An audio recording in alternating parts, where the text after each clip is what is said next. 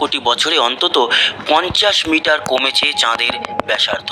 চাঁদের পৃষ্ঠের থ্রাস্ট ফল্টের ছবি বিশ্লেষণ করে এই তথ্য জানিয়েছেন বিজ্ঞানীরা। বিশ্লেষণে ব্যবহৃত অতীতের ছবিগুলো তুলেছিলেন অ্যাপোলো অভিযানের নভোচারীরা। পাশাপাশি সাম্প্রতিক সময়ে মার্কিন মহাকাশ গবেষণা সংস্থা নাসার রোবোটিক নভোযান লুনার রিকনয়েসেন্স অরবিটারের তোলা ছবিও তারা ব্যবহার করেছেন। গবেষকরা বলছেন, ভূমিকম্পের কারণে তৈরি চাঁদের অগভীর কিছু ভূমিকম্প কেন্দ্র এসব থ্রাস্ট ফল্টের সঙ্গে যুক্ত হতে পারে। চাঁদের এসব ভূমিকম্প কেন্দ্র শনাক্ত করা হয়েছিল সিসমোমিটারের সাহায্যে, তাও সেই অ্যাপোলো যুগে, অর্থাৎ অ্যাপোলো মিশন চলার সময়। 1969 থেকে 1972 সালের মধ্যে মার্কিনীরা 6টি অ্যাপোলো মিশনে মোট 12 জন নভোচারীকে চাঁদে পাঠিয়েছিল। চাঁদের অভ্যন্তরীণ কোরের ব্যাস প্রায় 500 কিলোমিটার। অনেকটাই গলিত উপাদানে তৈরি এই কোরের ঘনত্ব পৃথিবীর কোরের চেয়ে অনেক কম। টেকটনিকভাবে চাঁদ বেশ সক্রিয়, কারণ এর ভেতরের অংশ এখনও ঠান্ডা হচ্ছে এবং পুনর্গঠিত হচ্ছে। তবে চাঁদের উপরিভাগ খুব ভঙ্গুর, তাই ভেতরের অংশ যখন সংকুচিত হয় তখন উপরিভাগের উপাদান ভেঙে যায়। এতে সামগ্রিকভাবে আয়তন কিছুটা কমে। এর প্রমাণ মেলে চন্দ্রপৃষ্ঠের নানা ফাটল ও ক্ষত থেকে।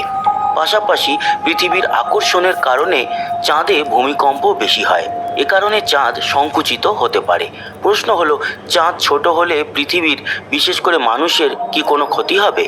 এর উত্তরে বিজ্ঞানীরা জানিয়েছেন, এতে মানুষের কোনো ক্ষতি নেই, কারণ এই সংকোচনের হার অত্যন্ত কম। প্রতি বছর চাঁদের ব্যাসার্ধ কমে মাত্র 1 কুইন্টিলিয়ন ভাগেরও 1 ভাগ। কুইন্টিলিয়ন সংখ্যা লিখতে হলে 1-এর পিছনে 18টি শূন্য বসাতে হয়। সুতরাং কুইন্টিলিয়ন ভাগের 1 ভাগ অত্যন্ত কম, হিসেবে ধরার মতোই নয় এমন।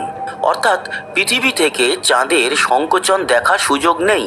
অন্তত বিজ্ঞানীরা পৃথিবীর যে সম্ভাব্য জীবনকাল হিসেব করেছেন তার মধ্যে। তাছাড়া আয়তনের সঙ্গে কিন্তু চাঁদের ভর কমছে না, তাই পৃথিবী ও চাঁদের মধ্যেকার আকর্ষণ বল একই থাকবে। চাঁদের সংকোচনের ফলে পৃথিবীতে যে কোনো প্রভাবই পড়বে না তা নয় অবশ্য। পৃথিবী ও চাঁদের টাইডাল ফোর্সের কারণে চাঁদের কক্ষপথ প্রতি বছর 3.8 সেন্টিমিটার বা 1.5 ইঞ্চি করে বাড়ছে, অর্থাৎ দূরে সরে যাচ্ছে। এভাবে দূরে সরার কারণে চাঁদের নিজ অক্ষে ঘূর্ণন বাড়ছে, কমছে পৃথিবীর আহ্নিক গতি। এখানে আবারও মনে করিয়ে দিই, এই হ্রাস বৃদ্ধির পরিমাণটা খুবই সামান্য। নিকট ভবিষ্যতে এই পরিবর্তন আমরা বুঝতেও পারবো না। তবে সময়ের সঙ্গে সঙ্গে চাঁদ আমাদের ছেড়ে যত দূরে চলে যাবে তত ছোট হয়ে আসবে এর আকার। সংকোচনের কারণে দৃশ্যমানভাবে চাঁদের আকার আরও ছোট দেখাবে। একসময় পৃথিবী থেকে আমরা আর চাঁদকে দেখতে পাবো না। মাসের নানা সময় আমরা পৃথিবী থেকে চাঁদকে নানা আকারে দেখতে পাই। চাঁদের কক্ষপথ পুরোপুরি বৃত্তাকার নয়, উপবৃত্তাকার। ফলে পৃথিবীর কাছে এলে চাঁদ বড় দেখায়, আবার পৃথিবী থেকে দূরের বিন্দুতে অবস্থান করলে ছোট দেখায়। কক্ষপথের আকার পরিবর্তনের চেয়ে প্রতি মাসে চাঁদের এই পরিবর্তন অনেক গুরুত্বপূর্ণ। শত শত কোটি বছর পর চাঁদের সরে যাওয়ার মারাত্মক প্রভাব দেখা যাবে পৃথিবীতে।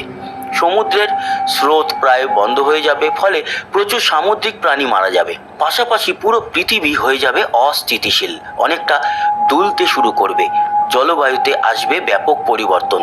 তবে এসব কোনোটাই এখন চিন্তার বিষয় নয়। শত কোটি বছর পর এসব দেখার জন্য হয়তো আমরা কেউ বেঁচে থাকবো না, মানে মনুষ্য সমাজই থাকবে না। আর থাকলে সে সময় নিশ্চয়ই কোনো একটা উপায় বের করে ফেলবে মানুষ। বর্তমানে চাঁদের এই সক্রিয়তা দেখে বিজ্ঞানীরা ভাবছেন ভিন্ন কথা।